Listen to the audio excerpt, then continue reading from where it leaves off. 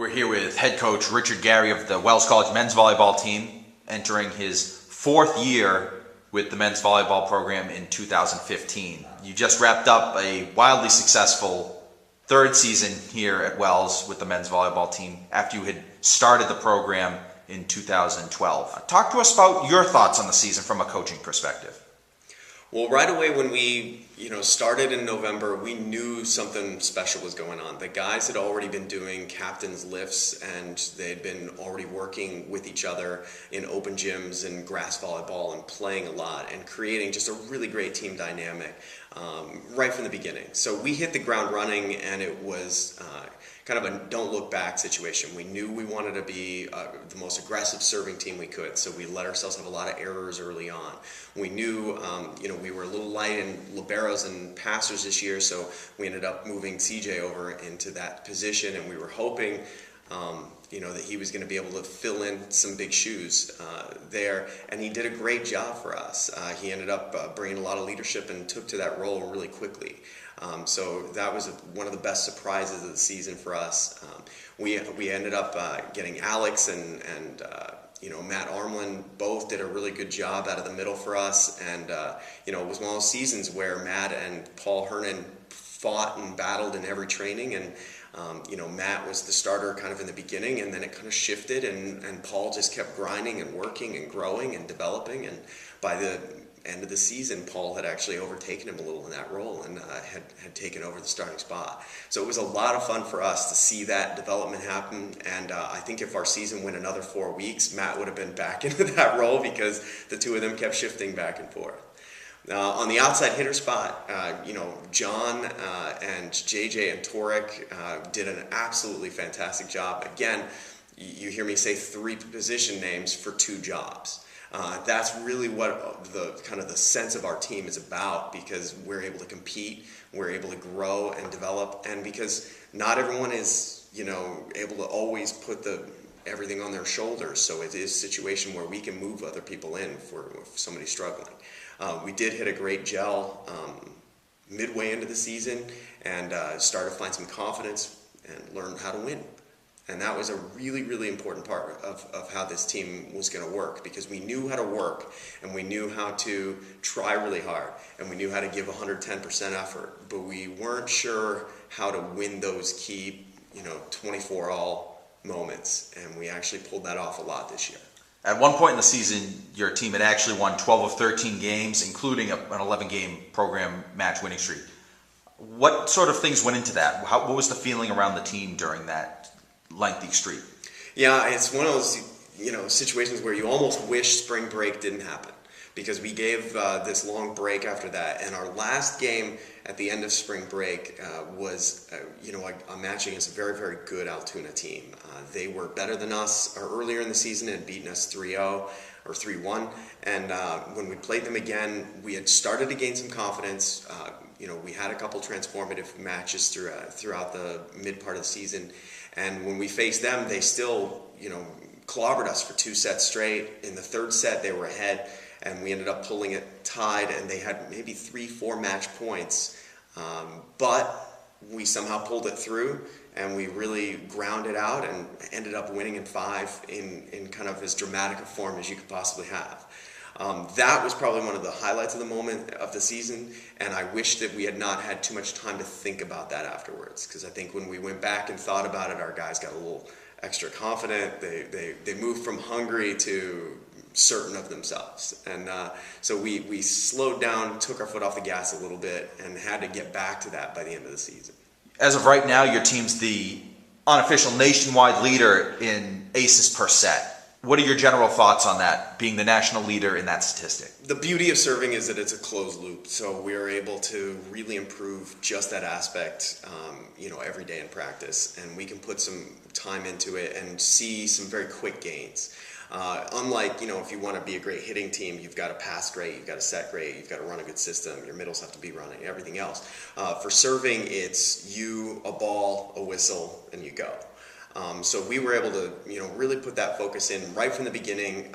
We kind of knew we were going to give up some matches early because we We're going to serve aggressive no matter what. I think we had 25 service errors in a 4-set match with Hilbert to start our season.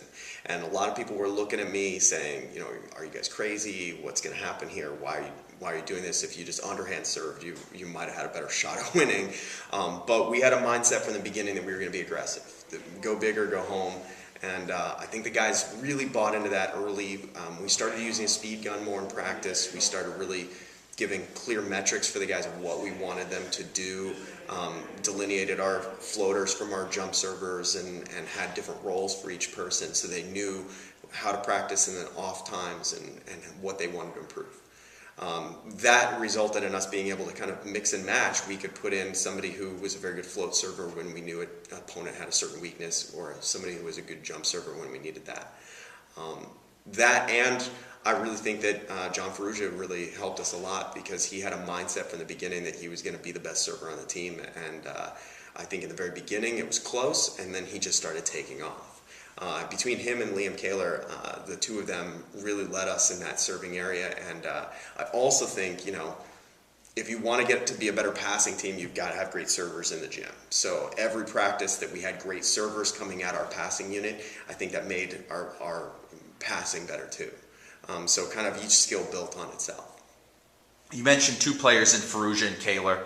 Talk to us a little about other individual players on your team that have made an impact. Certainly, by doubling your win total, your improvements have certainly manifested themselves in your overall record. Yeah. Talk to us about some individuals that have also made the next step, so to speak, in their development. Well, you know, we knew when he came in that we were going to build around Derek Nips as a setter. You know, he's got a great attitude for what we wanted to build. He's gung-ho. He's got a good sense of how to lead the team. You know, there's never a tight moment that he doesn't thrive on. That's what you want in a setter, and so we were very, very lucky to have him as kind of my first recruiting class.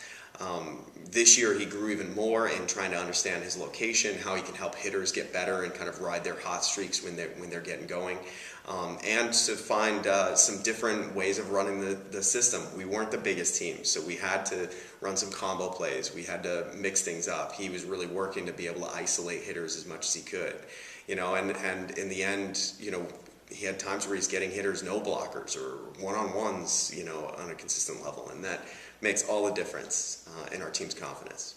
Also, I mean, I got to say, you know, Alex Batty came in and did a great job for us. He got better every week.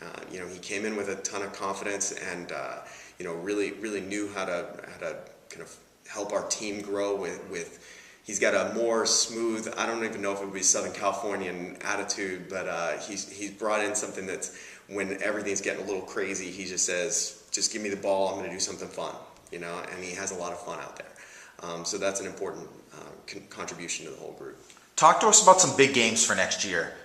You play a lot of the region's top talent across the past 2 years, but in 2015, what are some big games on the calendar for the Express?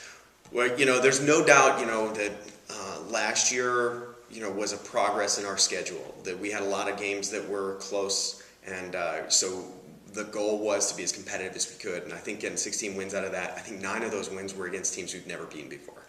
So that was a really good progress for us.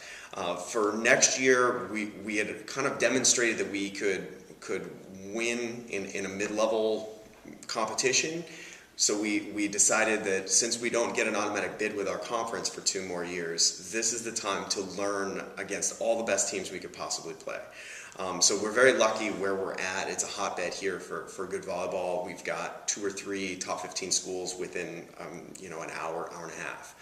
So that allowed us to schedule some really tough opponents. We're still waiting on confirmation on all the schedules, but it looks like we're going to open against Springfield College, #1 team in the country, right off the bat, and we're going to play at Nazareth. We're going to play at Elmira. We've got Medaille now in our conference, who beat the #1 team last year, New Paltz. So it's definitely one of those years where I think we're going to get 10 out of 15 of the top 15 teams on our schedule. And that's pretty exciting. We've talked to the guys about it. We kind of use I don't know, I don't want to call it fear, but definitely the nervousness that comes with that as a motivator, so that the guys can start lifting hard, they can start going after it. they're gonna already, they know, they've been watching some video already of these teams, the national championship games and things like that, so that they know the level that they're gonna have to face. So that whenever you can get a team motivated towards what the future could be, then and they're thinking, well, let's go give those guys the best game we can, then half my work will be done before we get into the gym.